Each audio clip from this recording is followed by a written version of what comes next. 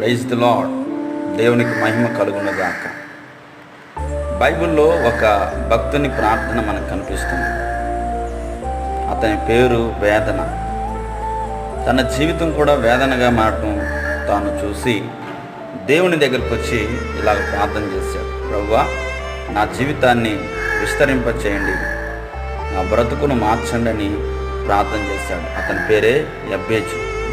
దేవుని ఎదుట అతడు ప్రార్థించినప్పుడు దేవుడు ఆయన ప్రార్థన విని ఆయన ప్రార్థనకు తగినట్లుగానే ఆయన జీవితాన్ని ఆస్వాదించాడు. ఈ రోజున నువ్వు వేదనకరమైన పరిస్థితుల్లో గుండా వెళ్తున్నావేమో.